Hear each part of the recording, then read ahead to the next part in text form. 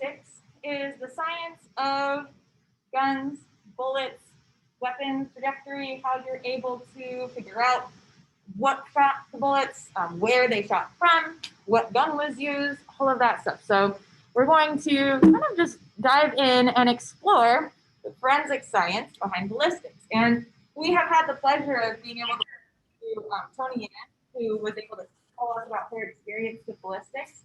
So we have a little bit of information, but I know that was a while ago, and she wasn't super specific into the science behind it. So this will be our chance to connect the content. So once again, ballistics is really just the study of bullets and firearms, anything that's capable of firing projections. So using ballistic science, we want to answer these questions. What type of firearm was used? What was the caliber? We'll learn what that means and later on in these slides. How many bullets were fired? Where was the shooter standing? What was the angle of impact? Has this firearm been used in previous crimes and how you can figure that out? So ballistics is able to answer a lot of different questions when it comes to figuring out what's happened in different kinds of crimes. So we're going to go into first kind of the background of where we get weapons like this from, what's the history of them, how are they invented. So gunpowder, it's pretty important when you're using firearms. This is what is able to fire whatever projectile you use. So gunpowder was invented about 1,000 years ago in China for fireworks and warfare. So it's a mix of potassium nitrate, charcoal, and sulfur. And when ignited, it expands about 6 times, causing a really violent explosion. I'm now questioning the 1,000 years ago. I'm going to look that up because that sounds not true. So I will update this and let you guys know what I find, because now hearing that sounds a little interesting. Yeah, it couldn't have been, well, I guess it could have been 1,000 years ago. Yes. Okay, so invented in the 14th century was one of the first forms of firearms, which was the matchlock firearm. And so this was invented in Europe. And what it does is it directs the force of the explosion essentially down a cylinder to launch projectiles. So kind of like your standard firearm. So the matchlock firearm uses a wick or a match to carry the flame to the gunpowder. And the gunpowder was loaded down the firearm's barrel, the muzzle, as well as there's a little bit on the side. And we're going to watch a video of somebody firing one of these to see how that worked. When we refer to the word lock just means like this area here, the firing mechanism, how things are able to shoot. So once again, this one has a wick. It carries the flame to the gunpowder. And this one was loaded down the barrel. So it was a muzzle loading. So flintlock firearms eventually were invented and they replaced the matchlock firearms. And instead of using a wick, they used flint. So you can see here, there's like a little flint piece, and then there's the striking area. So essentially you would pull the trigger, the flint would strike against the plate, that would create a spark. The spark would then light the gunpowder, and this was helpful because you could use it in damp weather. You didn't have to worry as much about the wick getting wet or not functioning. So just like matchlocks, these were barrel loaded or muzzle loaded. They were loaded down the barrel in the front.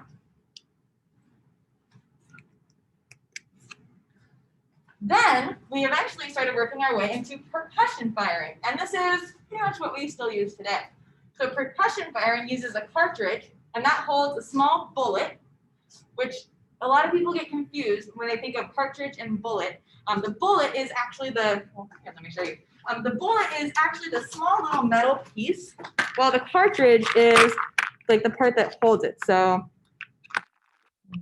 try and get just one of these out here. So you'll have the bullet, which is just the small metal projectile, and then they have the cartridge. And the cartridge is going to hold different things. We'll explore this in a second. It'll hold more gunpowder, the primer. It'll have like different kinds of inner mechanisms that help the flames go. And then you'll have the bullet itself. So essentially what happens is the gunpowder then lights and pushes the bullet out of the projectile. So this is what is used even today, but it was invented way back when they were doing percussion firing. So there's a small amount of primer powder, and that's what's able to kind of start the chain reaction going that will then help propulse the bullet out of the cartridge. And then what works here is that the hammer will hit the primer powder, and hitting the primer powder essentially triggers the explosion, and then that ignites the gunpowder. And the gunpowder then, like I just said, shoots the bullet out of the gun. These are much easier to aim than flintlocks. And for these ones, you loaded from the opposite. You loaded towards the back instead of the barrel. So it was easier to load versus the muzzle loading. So instead of having to take the bullet and kind of push it all the way to the back of the gun, you could just put it in the back of the gun. So it was a lot faster, which meant that you were able to shoot more bullets more frequently. So looking at these more in depth, I know the pictures are a little grainy. They're the best I could find. I'm sorry. But this is a matchlock. So you have the rope here, the match you use to carry into the where the gunpowder was, and that would then start the ignition, and it would launch the projectile. Flintlock here, as you can see, here's the flint. It'll strike the plate, and that'll create the spark. And then percussion cap here, the actual trigger itself would release, and it would hit the primer. The primer would then start the reaction to ignite the gunpowder and shoot the bullet out. So we've learned a lot of words, but let's actually watch this happen, and it'll help us put all of this together. So the first video that we're going to watch is using the matchlock musket. This is, once again, using like a wick, and then that is able to connect to the gunpowder, which then is able to fire the bullet. So let me get this ready to go here. I found another really cool video for matchlock, and then just this morning somebody made it private, so I had to find another one. This one is not bad by any means, but it wasn't my preferred one, I suppose I'll say.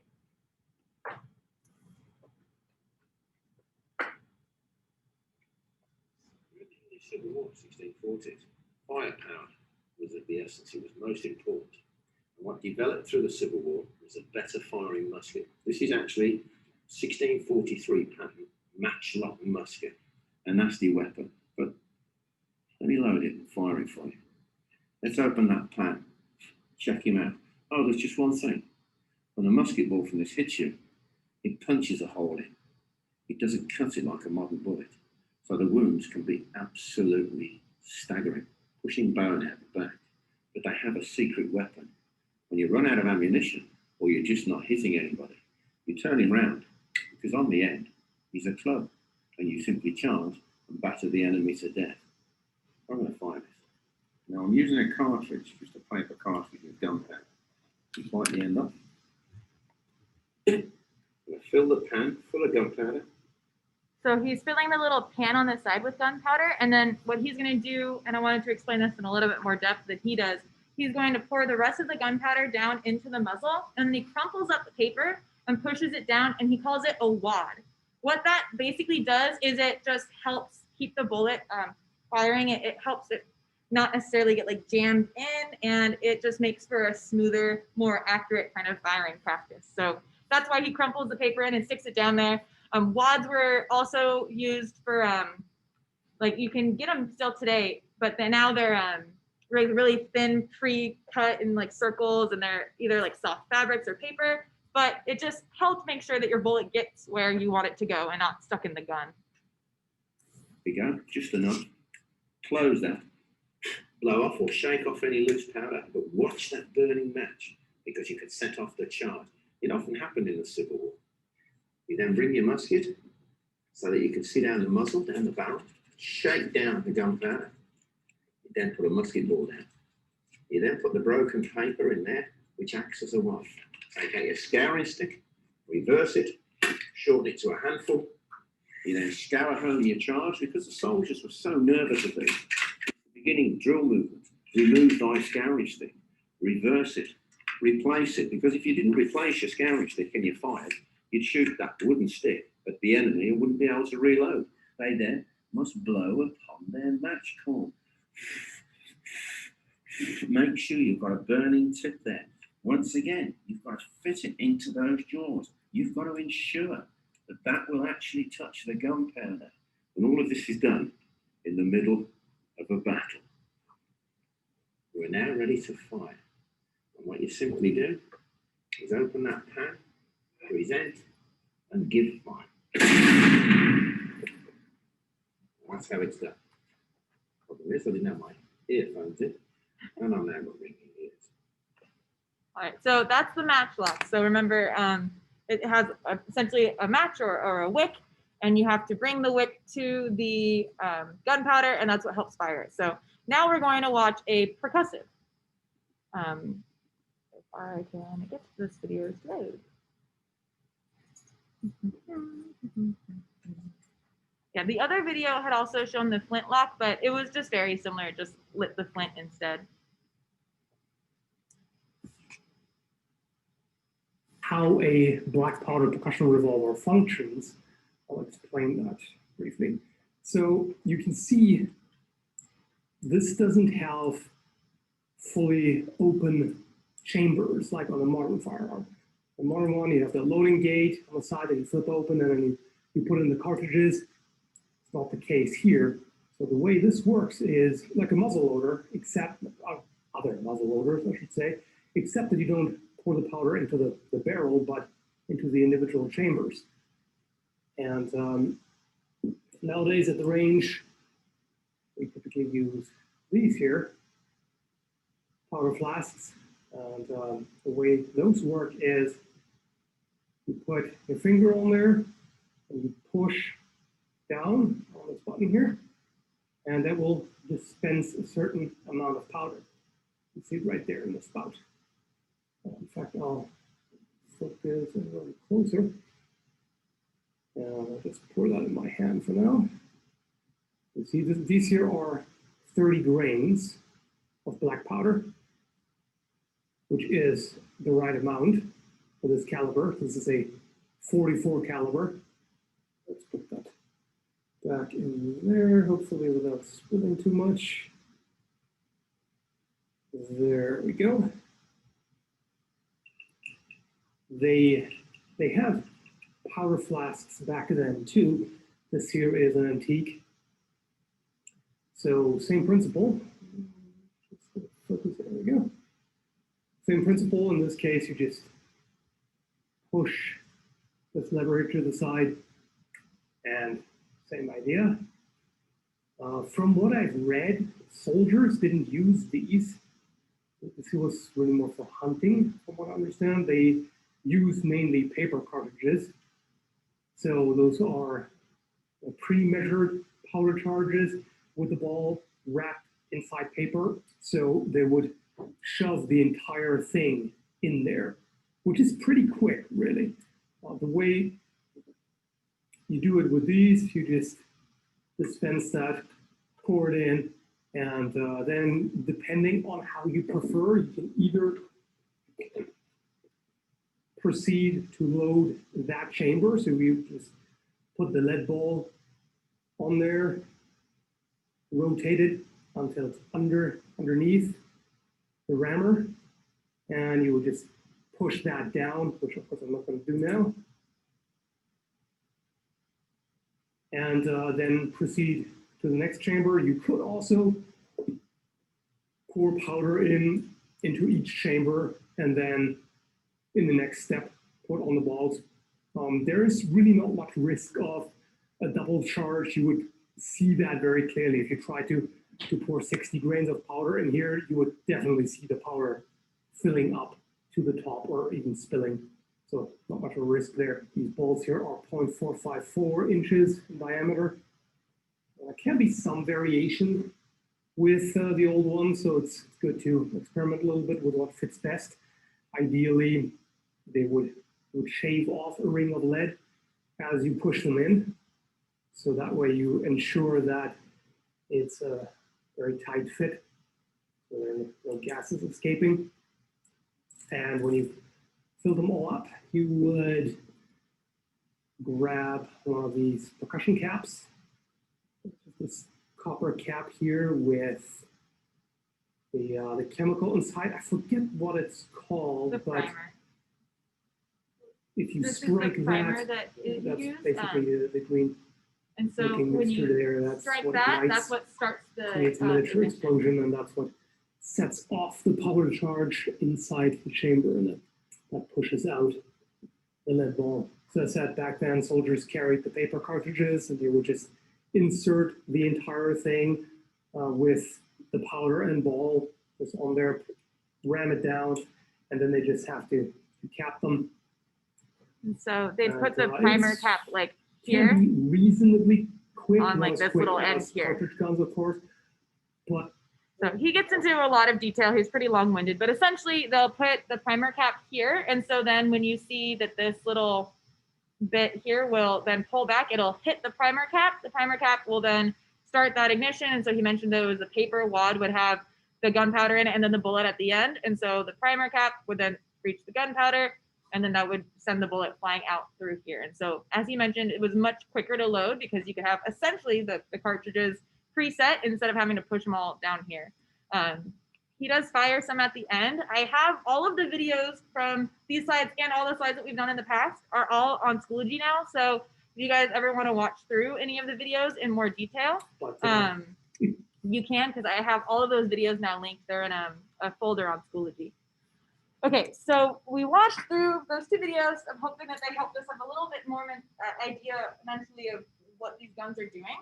So now we're going to get into some of the different types of guns. So there's long guns, which are something like a rifle or a shotgun, something that requires two hands. If you ever played video games, there's like two-handed weapons, there's single-handed weapons. This would be considered a double-handed weapon. So rifles tend to fire bullets primarily for long range. Meanwhile, shotguns will fire either small round pellets, which is known as shot, or a single projectile, which is known as a slug. These are primarily for short range or for hunting, like fowl, birds, anything like that.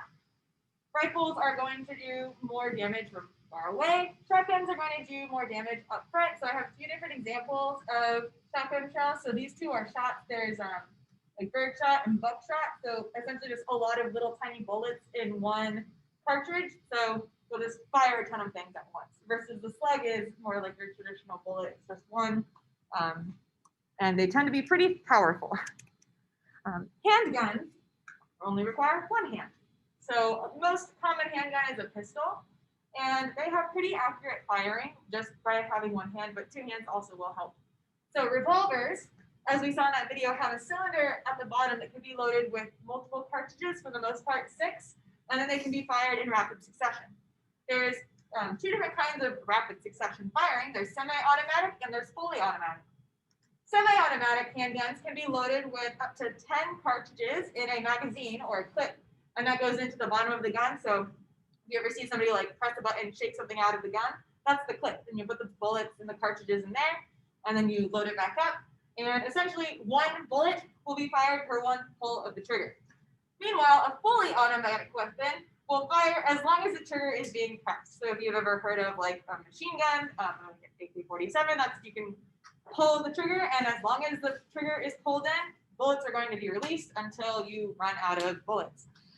So these are important to take into account when you are especially trying to figure out shooting. We're going to do a case study on the JFK assassination, and knowing the amount of time between when bullets can be fired was one of the main ways that they were able to put together what happened during that scenario. So that information is important. Another thing that is really important to consider is rifling. So essentially, rifling are different patterns that are created by the gun itself. So in the barrel of the gun, the rifling patterns are meant to put a spiral on the bullet as it leaves the gun, the same way that as you throw a football, you want it to have a spiral because it'll help it have a more accurate flight. And so the same thing you want to do to the bullet. And so because the gun is doing the rifling, each type of gun has a different pattern that they will leave on the bullet. Bullets tend to be somewhat soft. And so the rifling pattern will be imprinted on the bullet, and you can use this rifling pattern to match the gun to the bullet and see what it was shot. So you can have a right twist, you can have a left twist, you can have what's known as lands and grooves. So I believe the land is the raised part, the groove is the deep part. And being able to then look at the grooves, the indentations, and the raised areas of land will then let you know which kind of gun was used to fire that bullet. So the term bullet itself, as we just went over, is oftentimes incorrectly applied to the entire thing. And so the entire thing is called a cartridge. The cartridge cartridge is what's kind of keeping everything in place. And it's filled with gunpowder that keeps the bullet, and then the bullet case that keeps it trapped in there. Then you have the rim and then the primer. So we're going to go through what each of these are step by step. Let me see here. I have, okay.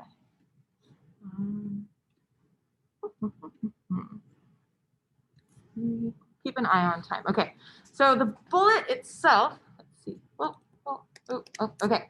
So the bullet itself, there's lots of different bullets, which are the parts right at the very end that we want to look through. So we're going to walk through some of the most common bullets. And there's some pretty big differences that you might not consider just looking at it that we realize when we actually see what happens when they're fired. So I have a little video that will compare the two main ones, the full metal jacket and the hollow point, and you'll see just how dramatic the differences are between different types of bullets. So the bullet itself is a projectile. It can be made out of lead, copper, a combination of the two. It can be metal jacket, it can be hollow pointed, it can be plastic coated. There's a lot of different variations on how to make a bullet itself. So the full metal jacket is one that has a full metal jacket. There's metal covering the entire bullet. And these will pierce the target, and they tend to pierce and exit pretty cleanly. So they have really good penetration. They can shoot through a target.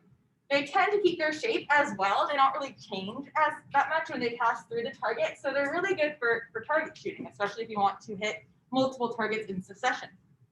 A hollow pointed bullet, this one you can see has more of the hollow part of it. These are more dangerous because they expand when they reach their target. So when they expand upon impact, it creates a lot more damage internally to the target, and they are also much more likely to exit. So these are really good, or really common, I guess, for self-defense, because one of the bad things about having good penetration is that they can enter and exit a target. If there's somebody else standing behind that target, well, now you run the risk of hitting them too. With a hollow point, because they don't often exit, you know that they'll stay in your intended target and not leave and cause damage to anybody else in the area. So that's why they tend to be used for self-defense, for personal carry, or also for like policemen tend to use hollow points. And then a soft pointed bullet is kind of in between the two. So you have the metal jacket that helps for precision and for penetration, but then you have the soft point that allows for expansion. And so they're able to not only cause internal damage, but also penetrate pretty deeply. So these are really good for hunting. So what I mean when they expand, you can see here are some examples of what they look like when they expand. These form almost like flowers. And if you look up hollow point bullets, there's a bunch of art of people like taking the flowers and turning them into necklaces and stuff. And then you can see here, the soft point expands as well, just a little bit differently. So let's see what happens between the hollow point and the full metal jacket when you aim them at some fruit. We've got the left one being the FMJ, the right one will be the hollow point. This one's full metal jacket, this one's hollow point.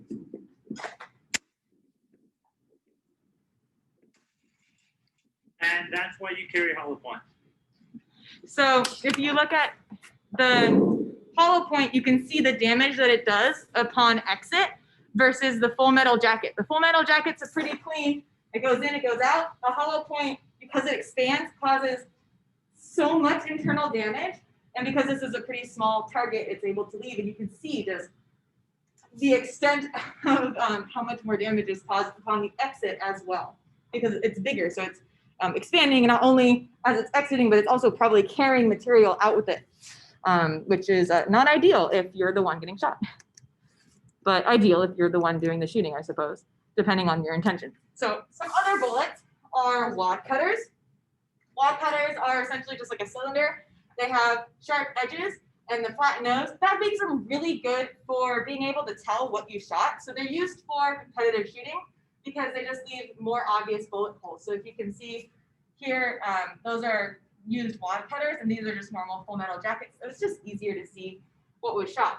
A lead round nose is made completely of lead. They don't have a metal jacket at all. These are most historic bullets. These were kind of like the simplest ones at the beginning of time, and they're still one of the simplest. They're really good for shooting and for hunting, and they're pretty low cost. One of the big negatives about lead bullets, especially lead round noses, is that they've been connected to lead poisoning in a lot of different carnivores or scavengers. Sometimes people will just shoot them, and maybe they'll get a deer, but the deer doesn't die immediately. Eventually the deer will die, and anything that eats it, well, now they have lead in their system, and it's actually one of the main reasons that the California condors population went all the way down to 22 in the 1980s. Like, there was like 22 of them left. So it has really big implications in terms of ecology. Okay, so those are bullets. Now we're going to work our way into the primer powder. So the primer powder is this little cap here, and that creates the compound that essentially causes the gunpowder to ignite. And that explosion helps push the bullet down the end of the gun. So here's some different like primer caps here. They're just a little tiny part here that gets struck, and that striking helps cause the explosion. So in this primer area, there's what's called the anvil and the flash pole, and they help deliver the explosive charge. So essentially there's the primer mixture, and then there's the protective foil paper so it doesn't just explode randomly. The anvil is what's going to be like pushed in, that's going to then hit the primer mixture. The flash holes are then what allow that explosion to then reach the gunpowder that's in the cartridge itself. So just kind of added safety measures to make sure that they don't just randomly fire themselves, right? So when you're looking at a cartridge itself, on the bottom, there is what's known as a head stamp. The head stamp is on the bottom of the cartridge. These are some pretty common ones for different types of bullets, and they essentially identify the caliber and the manufacturer. And those are important because you want to know that you're putting the right types of bullets in your guns. So what is the process of actually firing these guns? So what you would do for step one, you would pull the trigger, release the firing pin. The firing pin hits the primer, ignites it, and then that spark from the primer in step two moves through the flash pole, and then it reaches the main gunpowder supplies, which brings us to step three. It ignites, the explosion pushes the bullet from the casing down the barrel. The amount of gunpowder and mass determine the speed of the bullet. And then finally, as the bullet leaves the gun, it begins to spiral using the lands and the grooves, and that helps it have more accuracy as it reaches its target. So let's watch another video that kind of watches us through the steps that happen actually in the gun as we fire. I'm going to keep an eye on time here. I'm getting so many spam calls.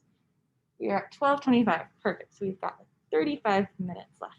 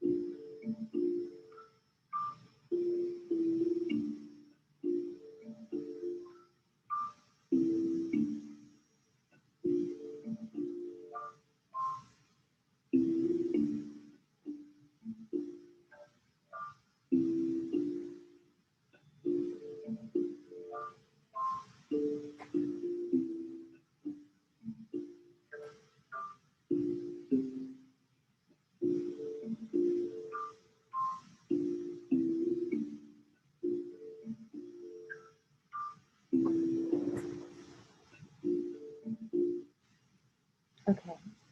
So the main things that you have to know, like I said, as we walk through those 4 different steps and we're able to walk through that graphic, is essentially what's just going on in order to get the bullet to be propelled throughout the gun. That'll really help you then understand if you find a cartridge or a bullet, how they connect, how you can use that evidence.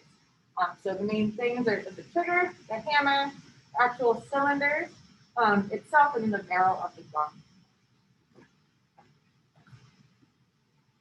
Okay, so when you are looking at bullets, you are going to be measuring what is known as the caliber.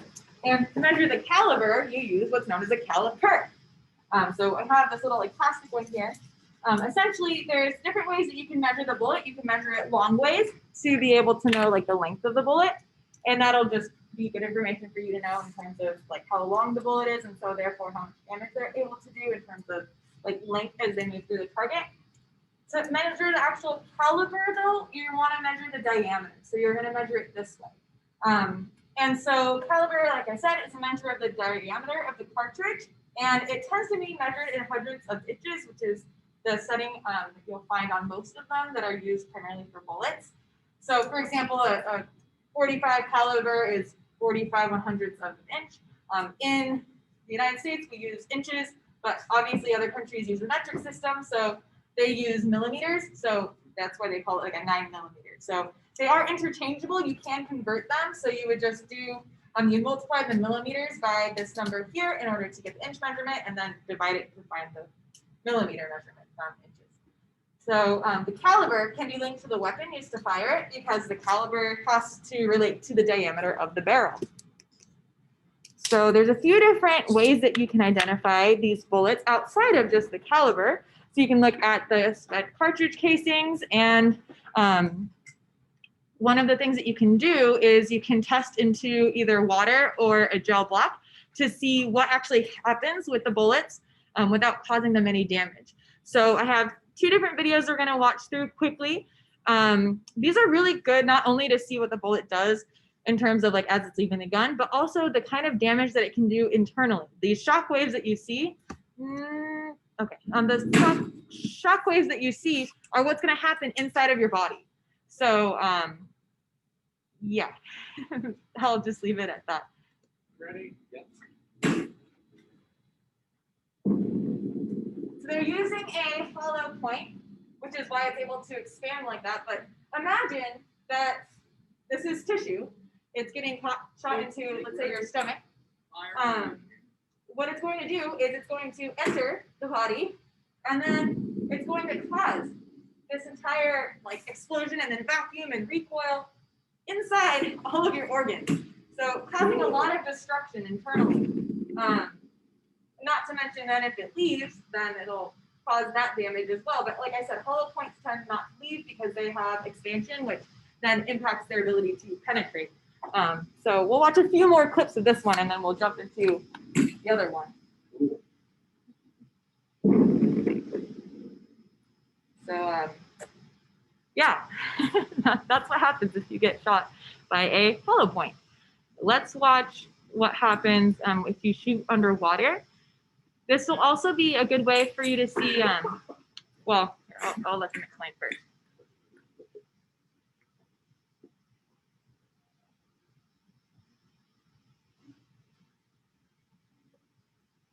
You know, you can actually just hold it above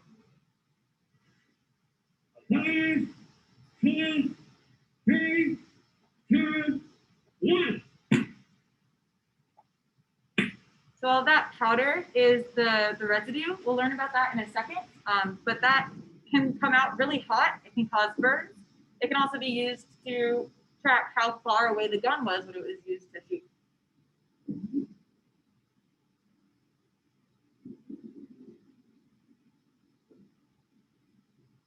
You can see how much gas is released in that explosion. So all of that's the gunpowder, and then like the weight of this energy that is able to propel the bullet through the water. And then one of the reasons why it's helpful to shoot in water, as you guys saw, the bullet immediately started tumbling, right? It didn't have a nice, precise football throw. It started tumbling, which meant that it slowed down. And that's why you can shoot into water to maintain the quality of the bullet, because it doesn't travel that far. It's probably not going to hit anything.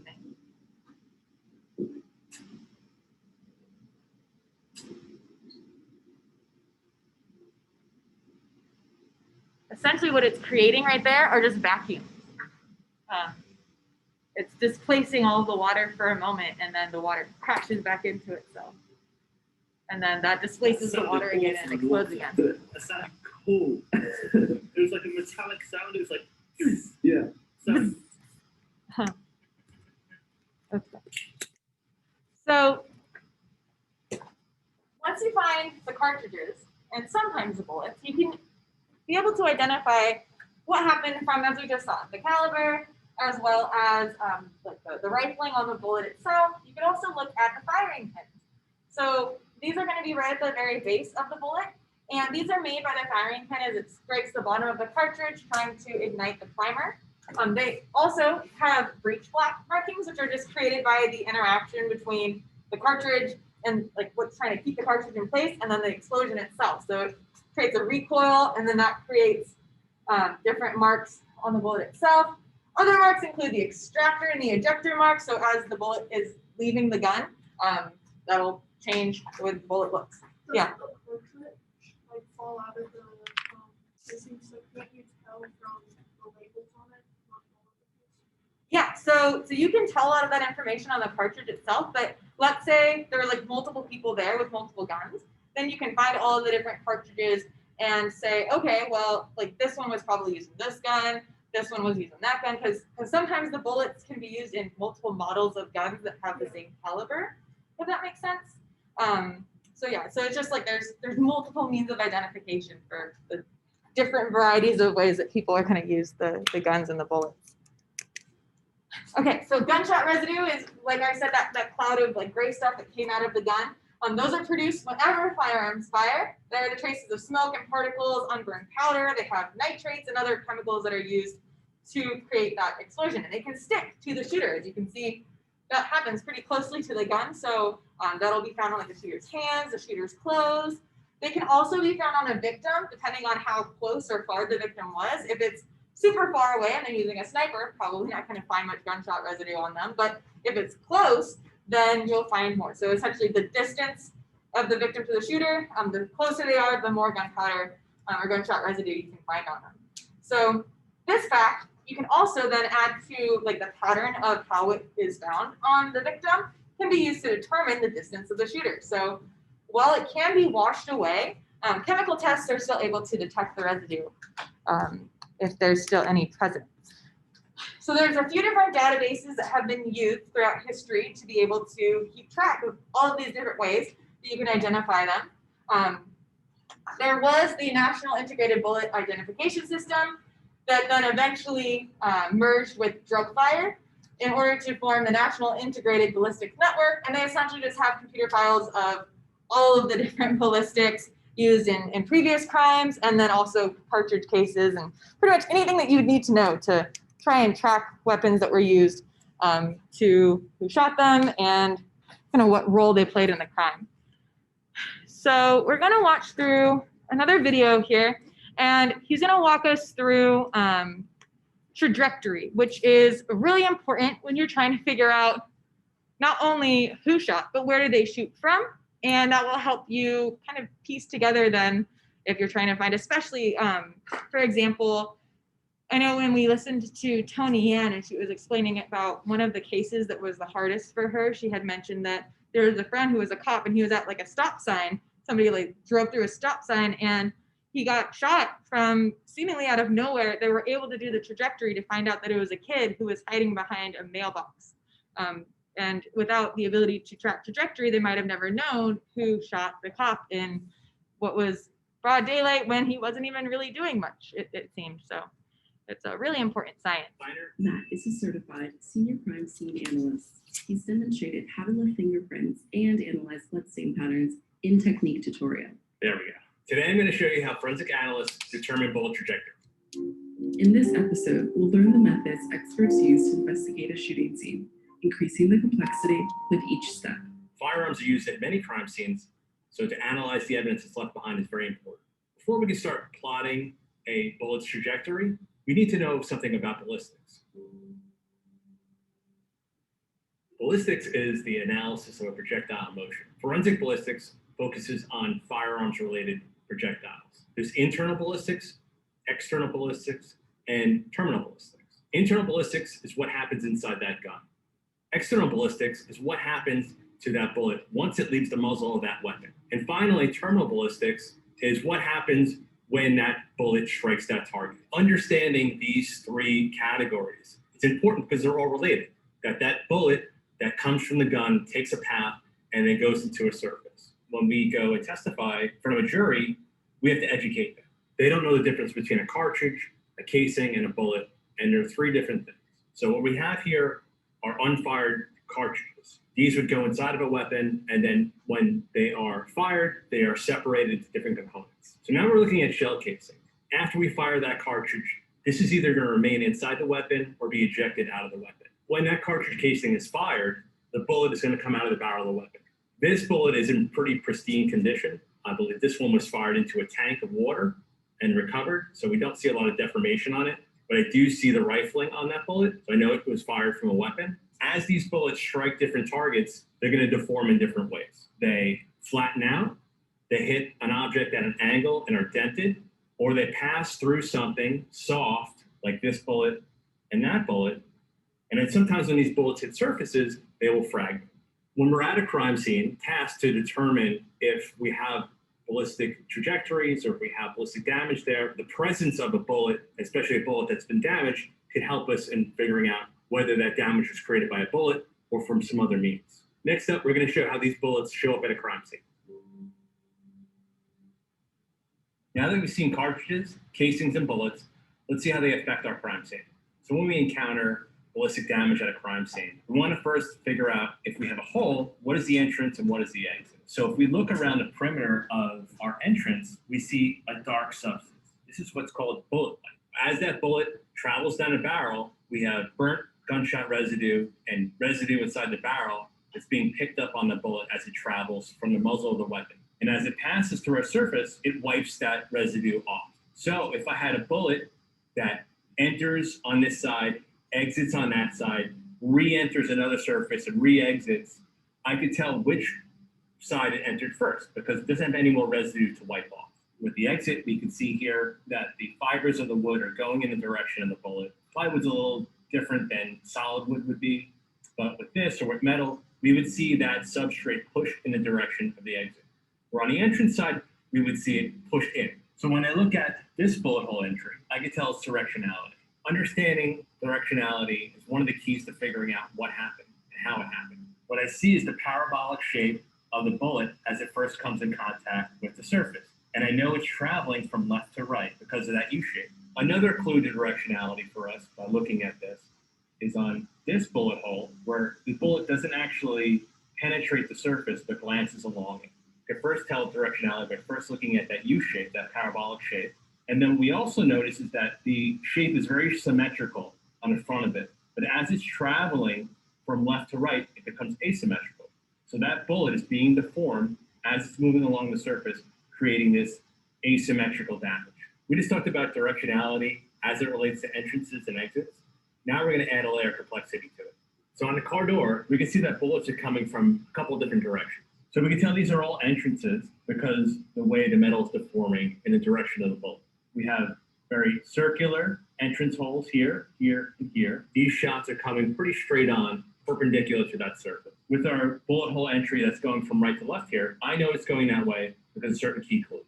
What I'm looking at is the point that the bullet strikes the surface first and creates a shoulder that goes into the car door. So another key to directionality on this first bullet hole entry is that we have an area of preserved paint right at the edge here. So that's called the pinch point. So the pinch point is where the bullet first comes in contact with the painted door and it's preserving that area. And then as the bullet travels further, in this case from right to left, it's going to enter the car door and create damage. So we see that the paint is flaked off around it, but it's been being preserved right here where the pinch point is. Next, we're going to calculate the angles in which this bullet entered this car door. At a crime scene, we measure out the specific location of each bullet hole entry and ballistic impact mark, fixing it to the world. So from the ground to an edge of a door to a wall. This is used quite frequently in shooting reconstruction cases where we want to show where that bullet is coming from. So this can be time consuming on big scenes where we have a lot of evidence, we may want someone who's just trained in this to do this sort of work, because this could take hours. First, we're going to calculate the vertical angle. We use an inclinometer or digital inclinometer to get this measurement.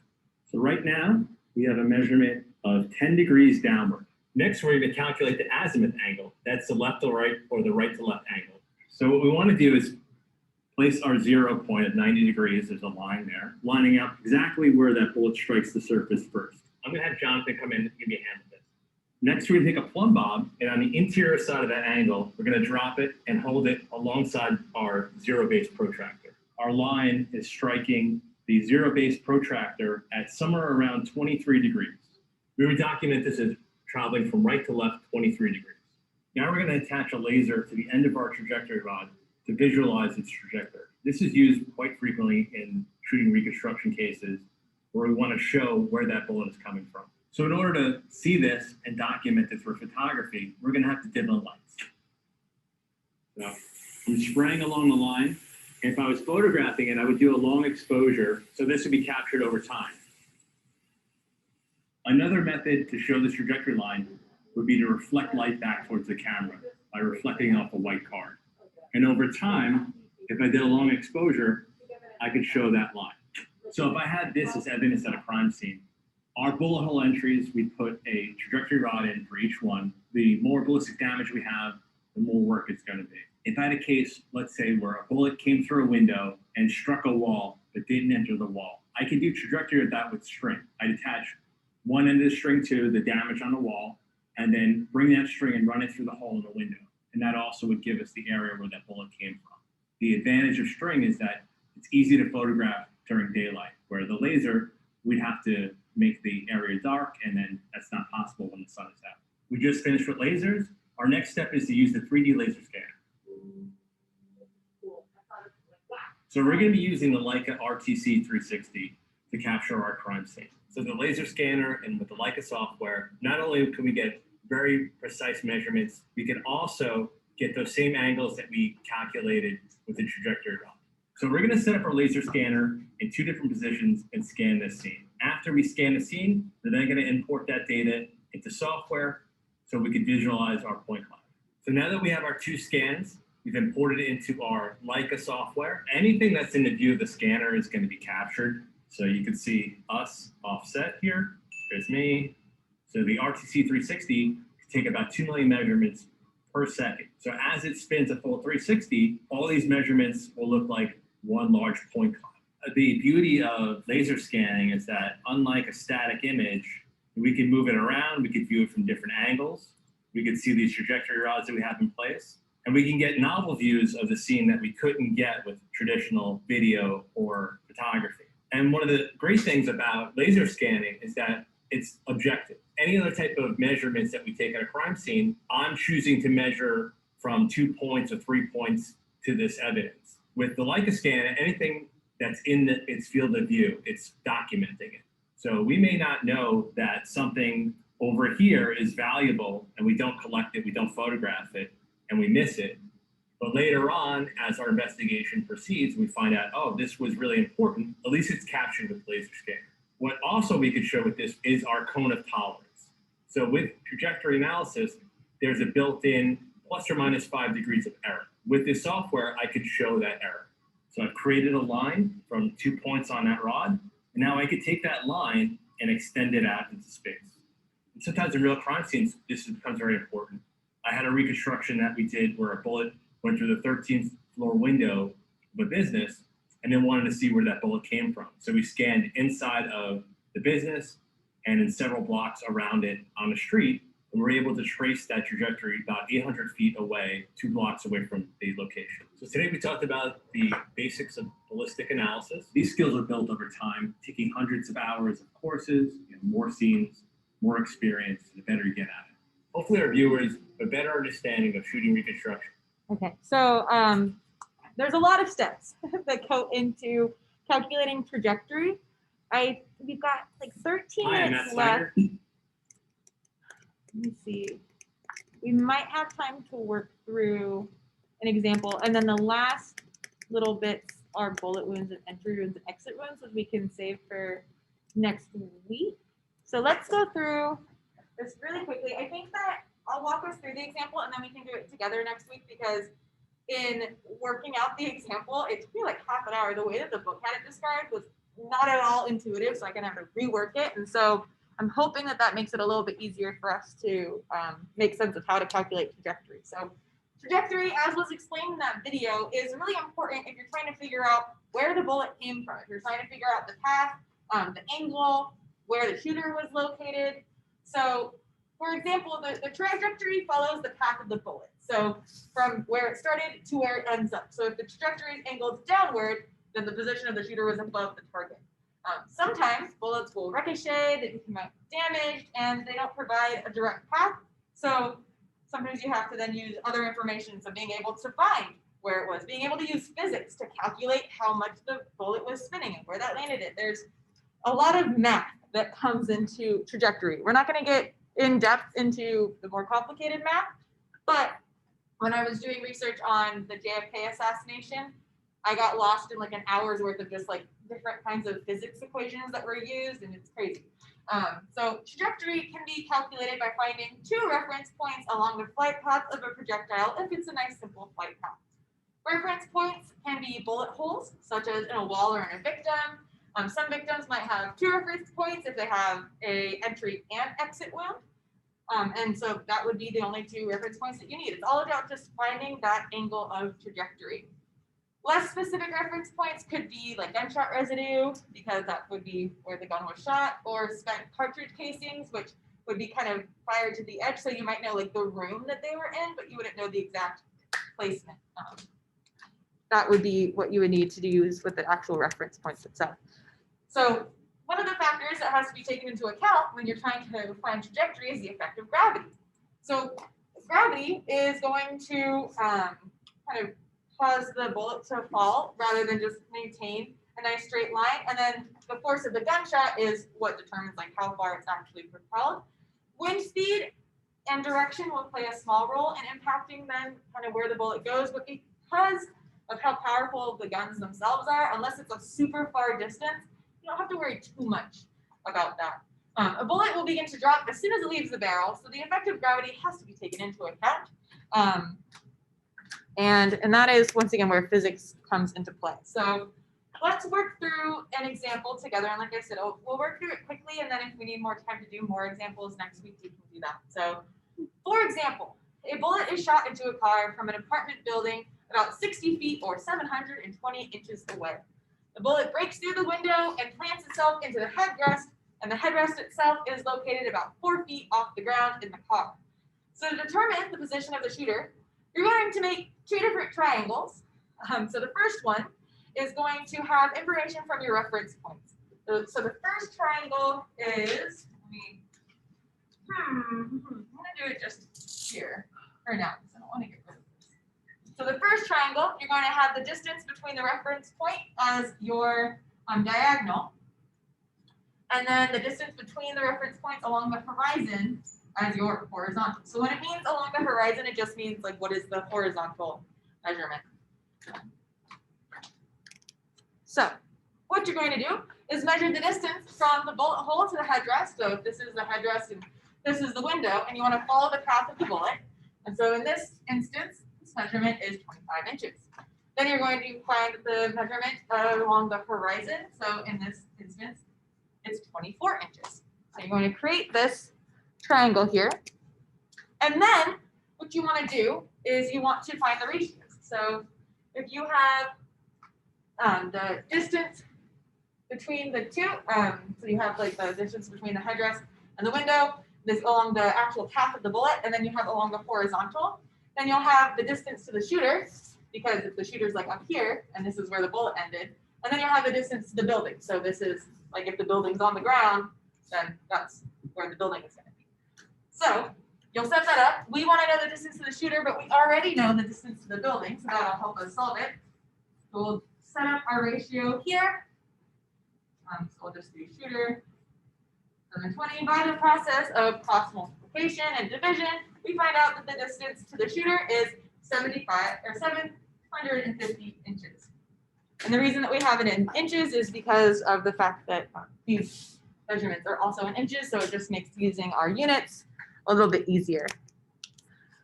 So now that we know the distance to the shooter, so we'll do this distance to shooter, we're going to make a new triangle.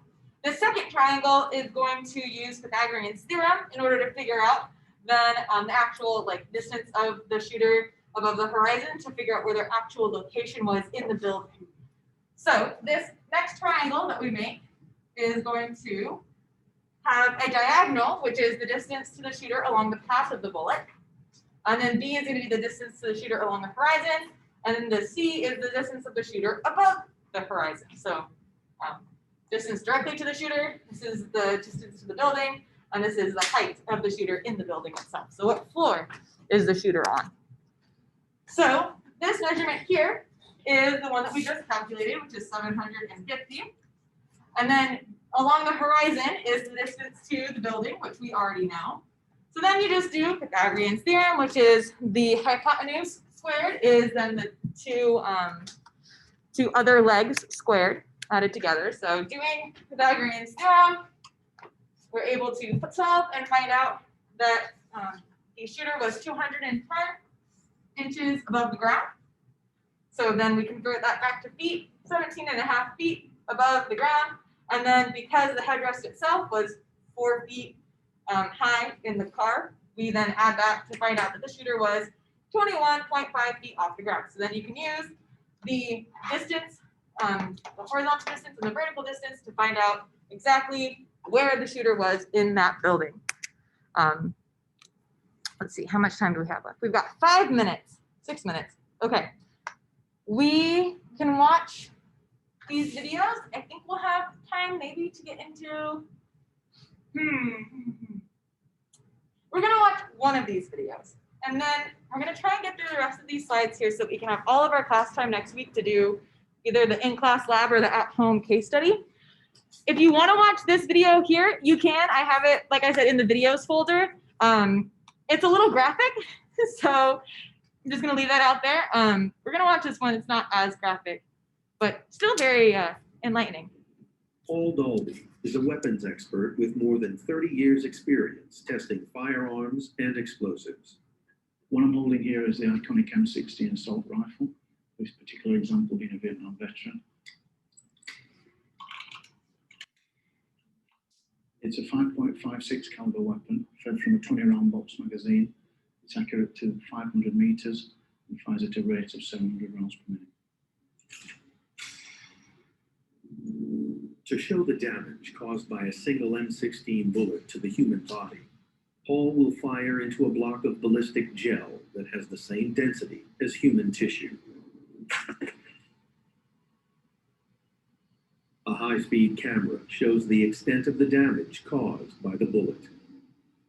You can Adam just Brooks see is a how much trauma energy it surgeon has. and It expert lifts the in block ballistic off the injuries. table. He's treated similar wounds on the battlefield and will be examining the extent of the bullet's impact.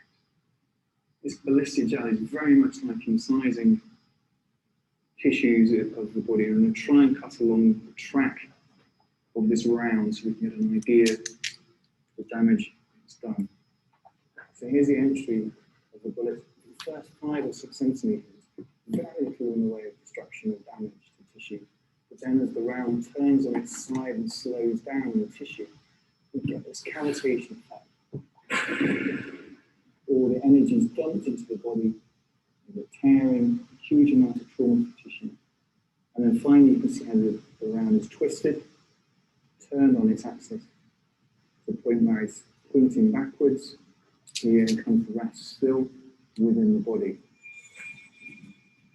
If just a single shot from an M16 rifle causes such devastation to a human body, what will be the effect of 3 direct hits to the chest?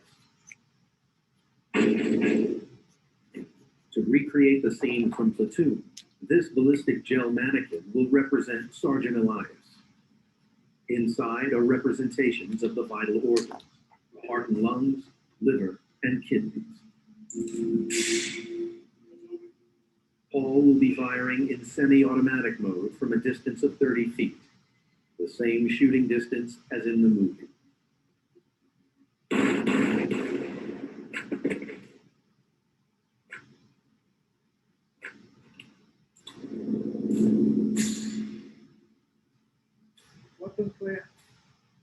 every one of Paul's bullets hit their mark, but have they missed all the vital organs as they did in Platoon? You can hit low down, just taking the edge of the kidney out, and that's going to bleed. You see the blood around the model. He's got two other injuries here and here, both of which have caught the edge of the right lung. Although the lung's been deflated a little bit, it's not an immediately life-threatening injury. So Elias could have survived Barnes' assault. So the lung damage being like perforated, what would happen is okay.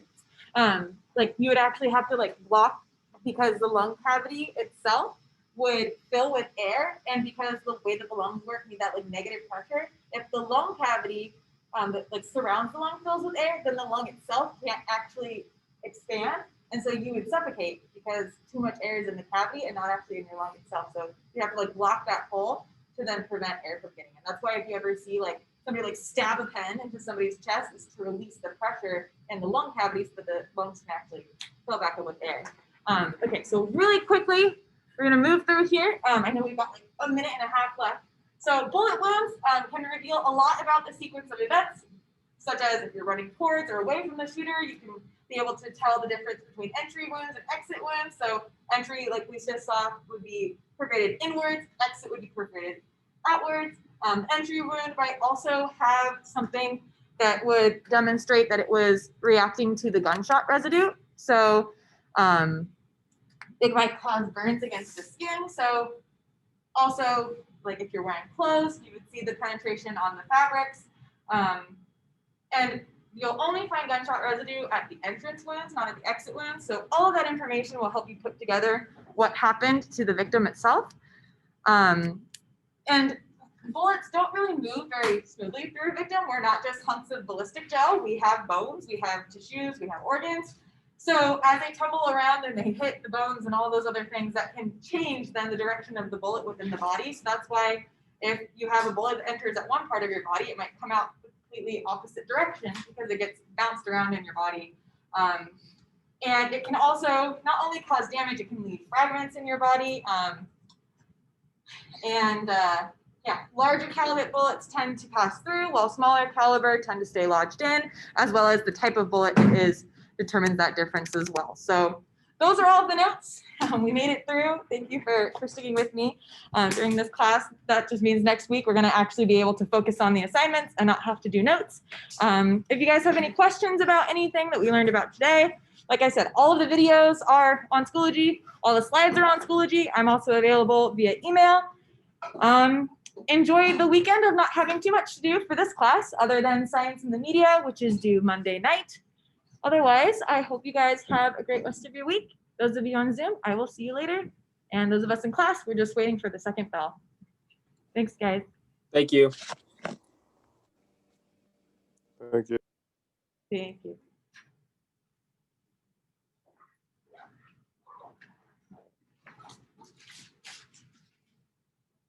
I could have gone a little slower. I didn't realize the bell was going to be so late today.